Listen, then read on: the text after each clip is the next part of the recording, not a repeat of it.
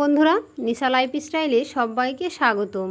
নিশা লাইফস্টাইলে সবাইকে স্বাগতম জানিয়ে শুরু করছি আজকের রেসিপি। মসুর ডাল ও পুঁই শাকের ঘন্ট। তো এর জন্যে এক মুঠো পুঁই শাককে আমি কেটে ধুয়ে পরিষ্কার করে একটা ঝুড়ির মধ্যে নিয়ে নিয়েছিলাম। এরপরে গ্যাসের উপর প্যান বসিয়ে দিলাম। আমি এখনও কিন্তু গ্যাসটা অন করিনি বন্ধুরা। গ্যাসের উপর প্যান বসিয়ে দিয়ে দিলাম আমি সেই কেটে রাখা পুঁই শাকগুলোকে। এবারে দিয়ে দিচ্ছি 1 কাপ পরিমাণ মুসুর ডাল। মুসুর ডালকে আমি আগে থেকে ধুয়ে রেখে দিয়েছিলাম, সেই সমস্ত মুসুর ডালকে দিয়ে দিলাম। এবারে দিয়ে দিচ্ছি 2টো মিডিয়াম সাইজের পেঁয়াজ কুচি। পেঁয়াজ কুচিটাকে আমি ছোট ছোট টুকরো করে কুচিয়ে নিয়েছি। এরপরে দিয়ে দেব 3টের মতো কাঁচা লঙ্কা। কাঁচা লঙ্কার 2 সাইডকে আমি হালকা করে কেটে নিয়েছিলাম। এরপরে দিয়ে দিলাম সামান্য পরিমাণ লবণ, দিয়ে দিলাম হলুদ গুঁড়ো, দিয়ে দিচ্ছি লাল লঙ্কার গুঁড়ো, ধনে গুঁড়ো ও জিরে গুঁড়ো। বন্ধুরা, এই সমস্ত উপকরণ এই সময় একদম সামান্য পরিমাণেই দিতে হবে, এর কারণ আমি সমস্ত উপকরণ পরবর্তীতে অ্যাড করব। তো এরপরে দিয়ে দিলাম পরিমাণ মতো জল। পরিমাণ মতো জল দেওয়ার পরে সমস্ত উপকরণকে হাত দিয়ে ভালোভাবে নাড়িয়ে চাড়িয়ে মাখিয়ে নিচ্ছি। সমস্ত উপকরণ মাখা হয়ে গেলে এবারে একটা ঢাকনার সাহায্যে ঢেকে দিলাম।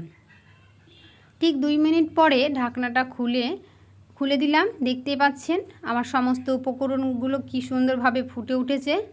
এবারে একটা হাতার সাহায্যে আমি সমস্ত উপকরণকে একটু উল্টে পাল্টে নাড়িয়ে নিচ্ছি। অনবরত এভাবে উল্টে পাল্টে নাড়াচাড়া করে আবারও কিছুক্ষণের জন্য ঢেকে রেখে দিলাম সিদ্ধ হওয়ার জন্যে। তো বন্ধুরা, 5 থেকে 6 মিনিট সিদ্ধ হতে রেখে দিলাম আর গ্যাসের ফ্লেমটা হাই করে দিলাম। এবারে দেখতেই পাচ্ছেন সবগুলো উপকরণ সুন্দরভাবে সিদ্ধ হয়ে গেছে আর ঝোলটাও বেশ কমে এসেছে।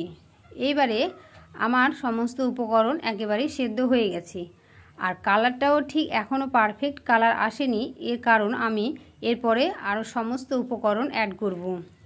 তো বন্ধুরা, আমার সমস্ত উপকরণগুলি ভালোভাবে সিদ্ধ হয়ে গেছে। এবারে একটা পাত্রের মধ্যে ঢেলে নিচ্ছি। এরপরে গ্যাসের উপর প্যান দিয়ে দিলাম সামান্য পরিমাণে তেল, সর্ষের তেল। এখানে আপনারা সাদা তেলও ব্যবহার করতে পারেন। তো সর্ষের তেলটাকে একটু চারিদিকে নাড়িয়ে চাড়িয়ে আমি দিয়ে দিলাম গোটা জিরে। গোটা জিরেটাকে একটু ভালোভাবে তেলের সঙ্গে মিক্স করে নিচ্ছি। এরপরে দিয়ে দেব 2টো শুকনো লঙ্কা। শুকনো লঙ্কা দুটোকে আমি ছোট ছোট টুকরো করে কেটে নিয়েছি। এবারে গ্যাসের ফ্লেমটা লো আঁচে রেখেই সমস্ত উপকরণকে ভালোভাবে বেশ লালচে করে ভেজে নিতে হবে। তো এইভাবে অনবরত নাড়াচাড়া করে আমি সমস্ত উপকরণকে লালচে করে ভেজে নিচ্ছি। এবারে সমস্ত উপকরণ লালচে করে ভাজা হয়ে গেলে এর মধ্যে দিয়ে দেব 2টো মিডিয়াম সাইজের পেঁয়াজ কুচি। আমি আবারও 2টো মিডিয়াম সাইজের পেঁয়াজকে ছোট ছোট টুকরো করে কুচিয়ে রেখে দিয়েছিলাম। এবার সমস্ত উপকরণ ভালোভাবে নাড়াচাড়া করে আমি ভেজে নিচ্ছি। এখানে পেঁয়াজ কুচিগুলো অত লালচে করে ভাজার প্রয়োজন নেই, সামান্য লালচে হলেই হবে। দেখতেই পাচ্ছেন ভালোভাবে নাড়াচাড়া করে সফট হয়ে গেছে।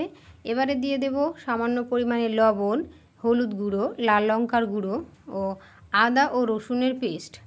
আদা রসুনের পেস্ট দেওয়া হয়ে গেলে আমি একটা মিডিয়াম সাইজের টমেটোকে আগে থেকে পেস্ট করে রেখে দিয়েছিলাম। এখানে টমেটো কুচিয়ে দেবেন না, টমেটোর পেস্ট করে দেবেন। এবারে সমস্ত উপকরণকে ভালোভাবে নাড়িয়ে চাড়িয়ে নিচ্ছি। এতে করে আদা ও রসুনের ও টমেটোর যে একটা কাঁচা গন্ধ থাকে সেটা আর থাকবে না। তো বন্ধুরা, অনবরত এইভাবে নাড়াচাড়া করে মশলাটাকে আমি বেশ ভালোভাবে কষিয়ে নিচ্ছি। আর আমার মনে হয় যে কোনো নিরামিষ সবজি কিংবা মাছ মাংসে মশলাটা যত কষাবেন সবজি কিংবা খাবারের স্বাদ তত পরিমাণে বাড়বে। তো বন্ধুরা, এইভাবে অনবরত নাড়াচাড়া করে মশলাটাকে আমি কষিয়ে নিচ্ছি। কষাতে কষাতে মশলাটা থেকে যখন তেল ছেড়ে আসবে তখন আমি দিয়ে দেব সেই টমেটো পেস্ট করে রেখেছিলাম বাটি অল্প একটু পরিমাণে জল। এবার জলটাকে সমস্ত উপকরণের সঙ্গে ভালোভাবে নাড়িয়ে চাড়িয়ে আমি আবারও ঢাকনা দিয়ে 2 মিনিটের মতো ঢেকে দিলাম। তো বন্ধুরা, দেখতেই পাচ্ছেন 2 মিনিট পরে মশলাটা জলটা একদম শুকিয়ে এসেছে এবং মশলাটা কত সুন্দর পারফেক্টভাবে কষানো হচ্ছে। তো বন্ধুরা, আমার এই মসুর ডাল ও পুঁই শাকের ঘন্ট রেসিপি কেমন হয়েছে কমেন্টে জানাবেন। লাইক, শেয়ার, সাবস্ক্রাইব করে দেবেন। আর আমার চ্যানেলে যদি নতুন বন্ধু এসে থাকেন চ্যানেলটাকে সাবস্ক্রাইব করে দেবেন। তো দেখতেই পাচ্ছেন আমার মশলা কষানো হয়ে গেছে। এবারে আমি সমস্ত উপকরণকে ঢেলে দিলাম।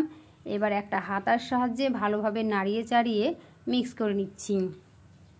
তো বন্ধুরা, দেখতে পাচ্ছেন এখন আমার সবজির মধ্যে একটা পারফেক্ট কালার চলে এসেছে এবং আমার এই মুগ ডাল ও পুঁই শাকের ঘন্ট দেখতে কত লোভনীয় লাগছে। দেখতেও যেমন লোভনীয়, খেতেও কিন্তু ভীষণ সুস্বাদু হয়। তো বন্ধুরা, একবার এইভাবে বাসায় বানিয়ে খাওয়ার অনুরোধ রইল। তো আমার মুগ ডাল ও পুঁই শাকের ঘন্ট একেবারেই রেডি, একদম হয়ে গেছে। এবার গ্যাসের ফ্লেমটা আমি বন্ধ করে দিলাম। বন্ধুরা, দেখতেই পাচ্ছেন কত সুন্দর হয়েছে, কত সুন্দর একটা কালার এবং লোভনীয় লাগছে। এবারে আমি পরিবেশন করে নিচ্ছি।